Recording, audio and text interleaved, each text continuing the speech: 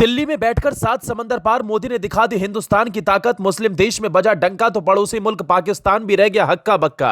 मिलने वाली थी नेवी के 8 ऑफिसर्स को फांसी की सजा, तभी दिल्ली से गया फोन और रातों रात कतर के शेख ने जारी कर दिया फरमान। बच गई पूर्व नेवी अफसरों की जान, अब वतन वापसी का इंतजार, खुशी से झूम उठा पूरा हिंदुस्तान। कुछ दिन पहले तक जिन नेवी के 8 पूर्व ऑफिसरों को फांसी की सजा सुनाई गई थी, जिनके परिवार वालों का रो रो कर बुरा हाल हो गया था, जिन्हें सिर्फ मोदी से ही अपनों की वतन वापसी की आस थी, वो आखिरकार मोदी सरकार ने कर दिखाया। एक मुस्लिम देश में मोदी ने हिंदुस्तान का डंका बजवाया और एक कतर में नेवी के पूर्व अफसरों को फांसी की सजा को रुकवा दिया। मोदी को ऐसे ही नहीं दुनिया का सबसे बड़ा नेता माना जाता है। इसके पीछे है उनकी ताकत।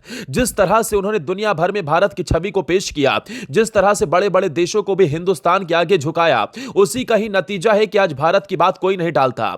इस बार दिल्ली से मोदी ने एक फोन घुमाया और दूसरे देश की अदालत का फैसला पलट गया। दरअसल कतर की एक अदालत ने जासूसी के एक कथित मामले में भारतीय नौसेना के 8 पूर्व कर्मियों को बड़ी राहत दी। विदेश मंत्रालय ने गुरुवार को बताया कि भारतीय नौसेना के 8 पूर्व कर्मियों को दी गई मौत की सजा को रोक दिया गया। बता दें कि जासूसी के कथित मामले में गिरफ्तार किए गए भारतीय नौसेना के 8 पूर्व कर्मियों को कतर की अदालत ने अक्टूबर में मौत की सजा दी थी। दोहरा स्थित दहरा ग्लोबल के सभी कर्मचारियों भारतीय नागरिकों को अगस्त 2022 में हिरासत में ले लिया गया था। भारत ने पिछले महीने मौत की सजा के खिलाफ कतर स्थित अपीली अदालत का दरवाजा खटखटाया था। लेकिन कैसे इन पूर्व सैनिकों की सजा को रोका गया? कौन है ये पूर्व सैनिक? ये मामला कितना पुराना है? अब तक क्या क्या हुआ?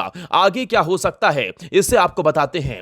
26 अक्टूबर को कतर की राजधानी दोहा में अल दहरा कंपनी के 8 सेवानिवृत्त भारतीय कर्मचारियों को मौत की सजा सुनाई गई थी। यह फैसला कतर के कोर्ट ऑफ फर्स्ट इंस्टांस द्वारा सुनाया गया था। इन सभी पर पनडुब्बी कार्यक्रम पर कथित रूप से जासूसी करने का आरोप लगा था। रिपोर्ट्स के मुताबिक रिटायर्ड होने के बाद ये सभी नौसैनिक कतर की निजी कंपनी दहरा ग्लोबल टेक्नोलॉजी और कंसल्टेंसीज में काम कर रहे थे।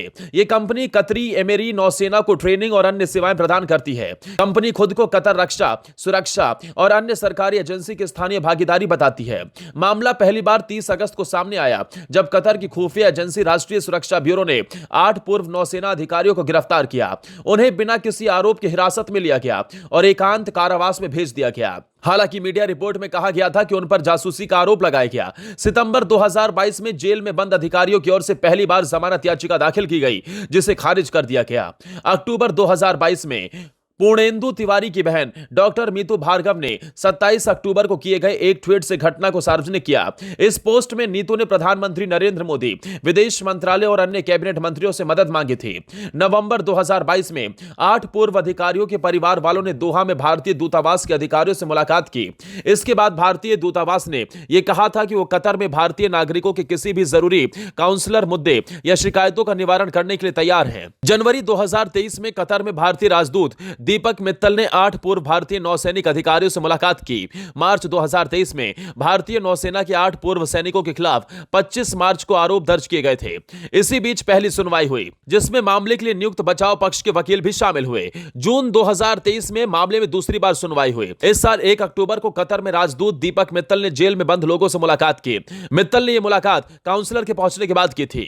26 अक्टूबर 2023 को कतर के कोर्ट ऑफ फर्स्ट इंस्टांस द्वारा सभी 8 पूर्व सैनिकों को मौत की सजा सुनाई गई।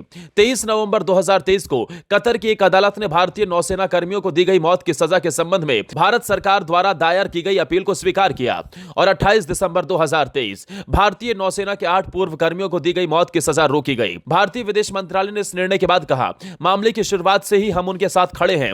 हम सभी उन्हें कानूनी सहायता देना जारी रखेंगे। इस मामले को कतर के अधिकारियों के सामने भी उठाया जाएगा। मंत्रालय ने यह भी कहा कि अभी विस्तृत फैसले का इंतजार है। अगले कदम पर फैसला लेने के लिए कानूनी टीम के साथ हम लगातार परिवार के सदस्यों के साथ संपर्क में हैं। यह प्रधानमंत्री नरेंद्र मोदी की एक बहुत बड़ी जीत है। अगर देश में कोई और प्रधानमंत्री होता तो शायद भारत के ये पूर्व नौसैनिक ऑफिसर कभी बच पाते।